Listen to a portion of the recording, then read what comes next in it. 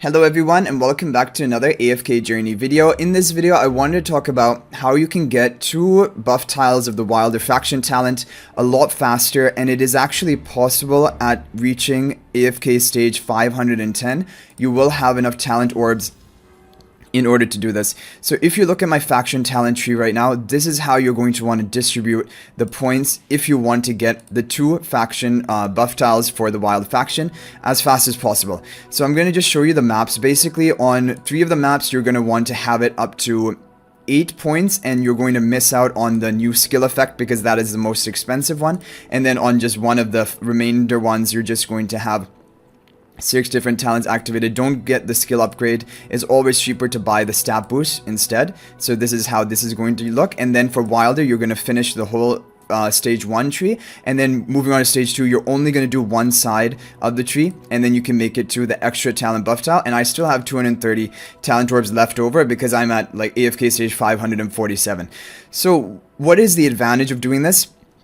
Well, for Wilders, one example is in Supreme Arena, a lot of people are going to be running a Wilder team. For example, if we take a look at the teams that I'm running, my second team is a Wilder faction. And now if you have 2 buff tiles, it's better than before because now both Arden and Carolina are getting the benefit of it. And it is a pretty powerful benefit, making them unaffected when the shield is active at the beginning of the match and increasing their attack speed by quite a lot. And then when you look over here, I have another Wilder one in my stall team, and so I get a lot of value from this from Supreme Arena. But that isn't the only place. You also have AFK stages. However, for me personally, I haven't found it to help me much more in AFK stages compared to before. But the Almas Iron team with Arden is a really popular team for AFK stage pushing, and you're gonna get 2 buff tiles instead of 1. But like I said, I don't think that would really like push your team over the edge and allow you to clear to a higher floor, but it is a bit of a bonus. And most importantly right now, because of battle drills being out, there is a very strong team for taking down these powerful guards that give you the plus 30 capture bonus using Iron, Carolina, Parissa, Smokey, and Arden, and having both Carolina and Parissa on the faction talent buff tiles. I'm going to show you Splash's maximum damage. He got 18 billion damage by getting the 2 faction talent buff tiles running the optimal team.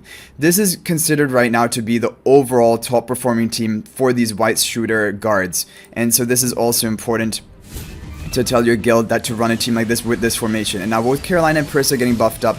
They're going to be dealing much more damage. They're also a bit protected with the shield. And then you have Smokey in here for the healing.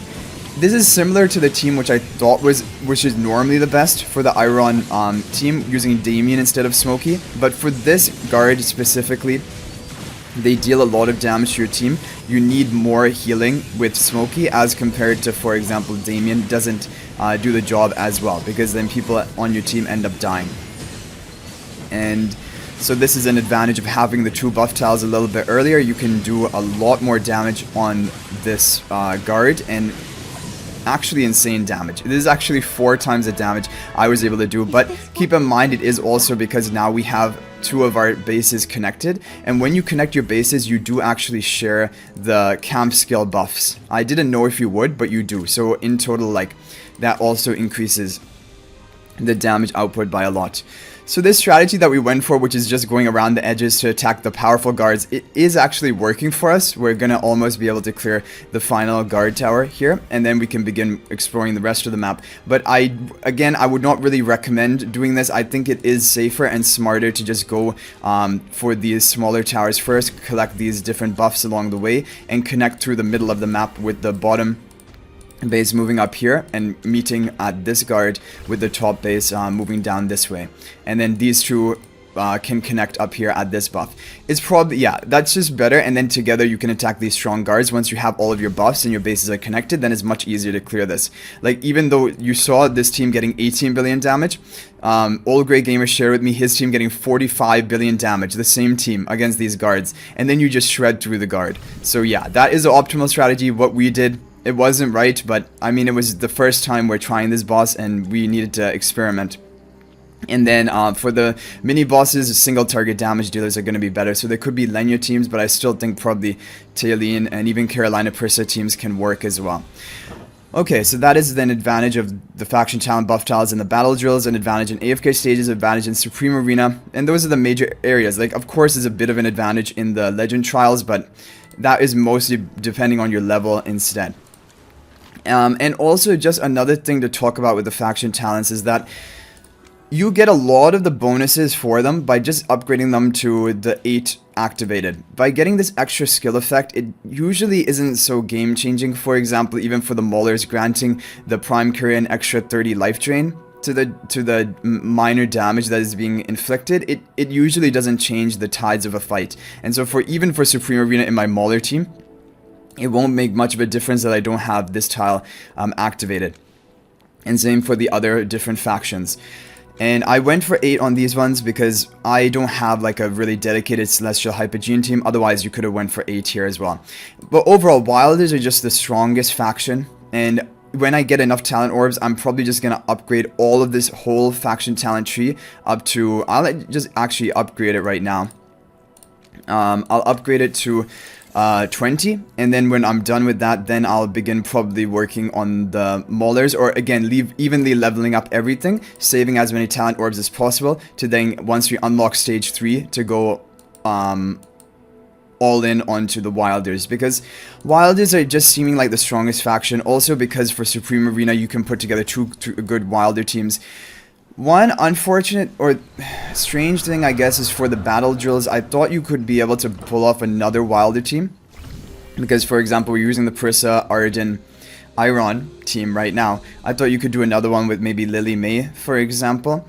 But the kind of problem is, other than Lily May, there aren't going to be great damage dealer options. So you're probably better to just forget about going for another Wilder tree. It's really just for that initial team, the Carolina Prissa, that double buff tile works out so well. So anyway, guys, hopefully this was helpful, and good luck with all of this, and good luck with your battle drills. And just to again mention it, and I'm going to update you guys on the top performing teams, but this is the top performing team we found as of right now. Apart from that, there is nothing that can compete with it. So at least one of your 2 teams, or one instead of your 5 heroes, should be involving this team. And then once we can get to the mini bosses, we'll have to experiment. But I'm expecting probably Rainier, Kruger, Thorin type teams. Like Kruger if you're running physical damages like Lenya, or if you're going to run magical damages, and Thorin, Rainier type team, along with maybe, it could even be Odie, but also could be Mikola, Shakir, Taylene type team would probably do a lot of damage. Maybe Lily May as well. Lily May, Odie, yeah. Okay, so hopefully you guys enjoyed the video. Thank you for watching, and I'll hopefully see you in the next run. And until then, everyone, peace out for now, and good luck upgrading your faction talent tree. Again, you'll need to get to 510 AFK stage before you're able to pull this off, but it is something that you can try to do in the future if you're not there yet. So until the next video, everyone, peace out for now.